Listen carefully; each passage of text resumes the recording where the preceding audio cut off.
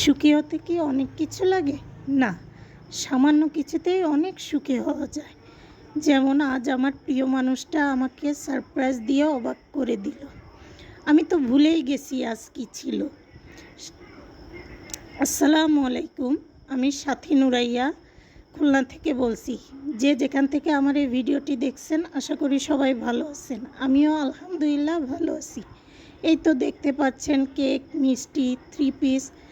আজ আমার জীবনে বিশেষ একটা দিন।